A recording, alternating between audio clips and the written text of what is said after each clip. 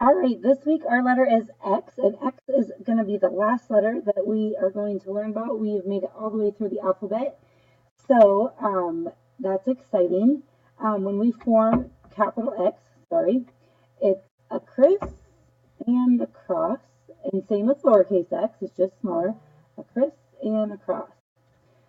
So your child can choose an option to practice capital X and an option to practice lowercase x, or they can choose their own activity. And then you can send me a picture through Dojo to show me what they have chosen. So our first option is forming capital X or lowercase x with straws, and you can cut the straws up so you have a bunch of different pieces and sizes, or you can leave them whole and they can just form as many X's as they can. I know the shaving cream option was always a popular choice, so I added that in for our last week, writing X in shaving cream.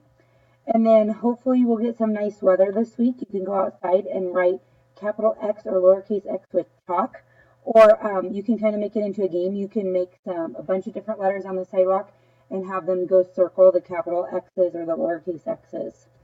And then our last options always are handwriting page.